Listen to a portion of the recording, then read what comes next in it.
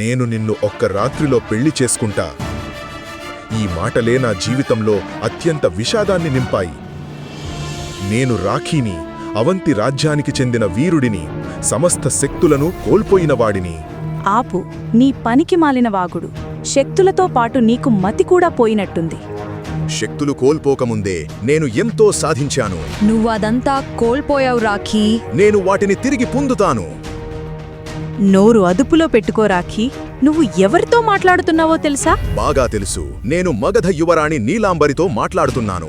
ఎవరికైతే శక్తులు ఉన్నాయని పొగరుతో కళ్ళు మూసుకుపోయాయో ప్రేమికుడిపై ఎంత అహంకారంతో ఉంటుందో. అవును, నాకు పొగరే. ఎందుకంటే చిన్న వయసులోనే నీకంటే ఎక్కువ శక్తులు సాధించాను. ఇప్పుడు నేను అందరికంటే అత్యంత శక్తివంతురాలిని. ఆమె మాటలకు నాకు కోపం వచ్చింది. నేను గట్టిగా అరిచాను, నీలాంబరి! అందరూ నన్ను చూసి నవ్వారు. శౌర్యదళానికి కాబోయే నాయకుడిని అయినప్పటికీ నీలాంబరి నన్ను అవమానించింది. నీలాంబరి, నువ్వు నా మాట విను.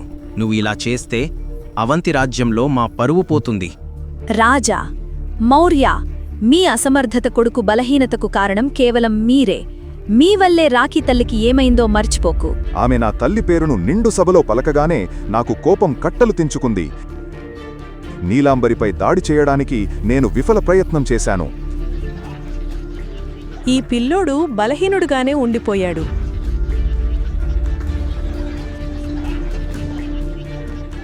ఇతని తల్లికి ఏమైందో ఇతనికి కూడా అదే జరగబోతున్నట్లుంది. నీలాంబరి పదే పదే నా తల్లిని ప్రస్తావించడంతో నా గుండె పగిలిపోయింది. తనతో ఇప్పుడు తలపడటం సరికాదని అర్థమైంది. అందుకే వెళ్ళిపోతూ నీలాంబరికి సవాలు విసిరాను. 3 ఏళ్ల తర్వాత జరిగే శక్తిస్థాన్ పోటీల్లో నిన్ను ఓడించి ఏకలవ్యుడిని అవుతాను. నిన్ను పెళ్లి చేసుకుంటాను. ఇన్నేళ్లలో ఏమీ సాధించలేనివాడు 3 ఏళ్లలో ఏం చేస్తాడు?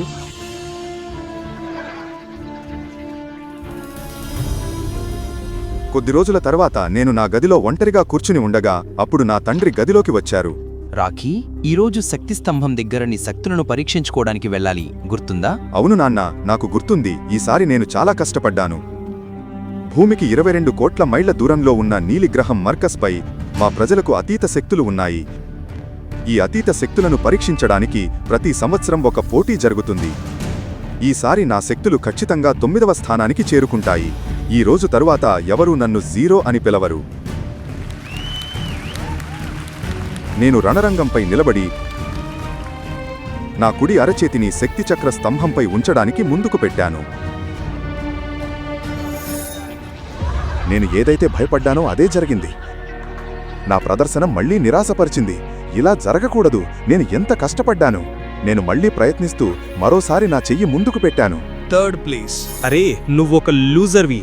0వి 0. ఇదంతా విని నాన్న కోపంగా అక్కడి నుండి వెళ్ళిపోయారు. కాని అప్పుడే నా చిన్ననాటి స్నేహితురాలు అక్కడికి వచ్చింది. రాఖీ ఎవరనేది మీరంతా మర్చిపోయారా? కేవలం 15 ఏళ్ల వయసులోనే 10వ స్థాయికి చేరుకుని ఏకలవ్యుడిగా మారింది ఇతనే. గుర్తుపెట్టుకోండి, రాఖీ మరోసారి అదే స్థాయికి చేరుకున్నప్పుడు మీరంతా పశ్చాత్తాపపడతారు. ఈరా, వదిలే, తప్పు నాదే. ఇలా అంటూనే నేను తలదించుకుని మైదానం నుండి వెళ్ళిపోయాను. నేరుగా మా అమ్మ సమాధి వద్దకు వెళ్ళాను. అమ్మా, నన్ను ఒంటరిగా వదిలి ఎందుకు వెళ్ళిపోయావు? నేను ప్రేమించే ప్రతిదీ నా నుండి ఎందుకు దూరమవుతుంది? అమ్మా, ఇక నేను ఈ శరీరాన్ని త్యజించి నీ లోకానికి వచ్చేస్తాను. ఎందుకు బాధపడుతున్నావు రాఖీ? నేను ఎప్పుడు నీతోనే ఉన్నాను. అక్కడ ఎవరున్నారు? అటూ ఇటూ వెతకడం ఆపు. నేను నీ ఉంగరంలోనే ఉన్నాను. ఆ మాట వినగానే నా చేతిలోని ఉంగరం వైపు చూశాను. దానిలో వింత కదలిక మొదలైంది. నా ఉంగరంలోంచి ఒక తెల్లటి పొగ ఆత్మరూపంలో బయటకు వచ్చింది. ఎవరు నువ్వు? నా ఉంగరంలో ఏం చేస్తున్నావు?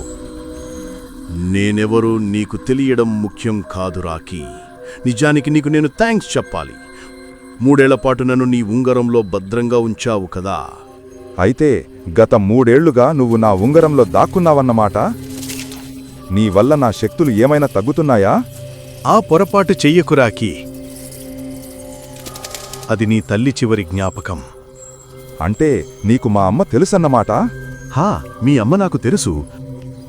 ప్రజలు నిన్ను మళ్ళీ గౌరవించాలని నీకు లేదా?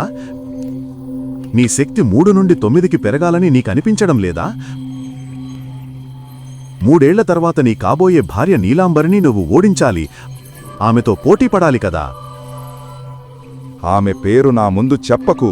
ఆమె యావత్ నగరం, నా సమాజం, నా ప్రజల ముందు నా తండ్రి గౌరవాన్ని మంటగలిపింది. నన్ను బలహీనుడిగా భావించి సంబంధాన్ని కూడా తెంచుకుంది. ఒక రోజు ఖచ్చితంగా ఆమెకు నా శక్తి ఎంతో చూపిస్తాను. నేను చెప్పినట్టు చెయ్యి. ముందు నువ్వు ఈ ఉంగరాన్ని మళ్ళీ పెట్టుకో. నీ జీవితాన్ని నేను ఎలా మార్చేస్తానో. భైరవుడి మాట విని నేను మళ్ళీ ఉంగరాన్ని పెట్టుకున్నాను. మా పేరు భైరవ. నువ్వు నన్ను ఆచార్య అని పిలవచ్చు. నీ తల్లి మరణానికి కారణం నాకు తెలుసు. అలాగే నీ కాబోయే భార్య నీలాంబరితో నువ్వు ఏకలవ్యుడిలా పోరాడాలని నాకు తెలుసు. నీకు ఇష్టమైతే నేను నిన్ను అవంతి రాజ్యంలోనే అత్యంత శక్తివంతమైన యోధుడిగా చెయ్యగలను. అయితే దానికోసం నువ్వు నా 3 షరతులను పాటించాలి. సరే. మా మొదటి షరతు, నువ్వు నన్ను ఈ ఉంగరం నుండి విడిపించాలి. సరే. రెండో షరతు, అమృతధార వేలంలో నన్ను నీతో పాటు తీసుకువెళ్ళాలి. నాకు ఓకే. మూడో షరతు, నా 3వ షరతు వినడానికి ముందు నీ తల్లి రాసిన చివరి లేఖను చదువు. నా తల్లి రాసిన లేఖ చదువగానే నా కాళ్ల కింద భూమి కంపించినట్లయింది.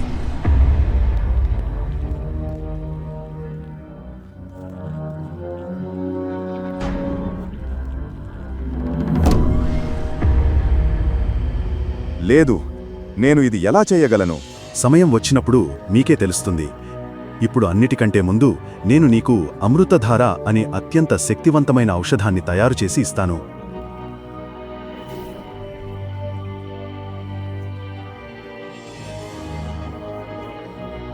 ఇదిగో, ఇది అమృతధార. ఆ సీసాను చూడగానే ఇతను నన్ను మోసం చేస్తున్నాడా అనే అనుమానం వచ్చింది. అయినా సరే నేను ఆచార్యుల మాట విని ఆ అమృతధారను సేవించాను. కాని దాన్ని తాగగానే స్పృహ కోల్పోయాను. మరుసటి రోజు ఉదయం నేను కళ్ళు తెరవగానే నాలో ఒక శక్తి ప్రవహిస్తున్నట్లు అనిపించింది. నా శరీరం కూడా మారిపోయినట్లు మరింత శక్తివంతంగా నాకనిపించింది. భైరవ నన్ను వీలైనంత త్వరగా ఏకలవ్యుడిగా తీర్చిదిద్దాలని ఆశించారు. మరుసటి రోజు వారు నన్ను ఒక పర్వతంపైకి తీసుకువెళ్లారు.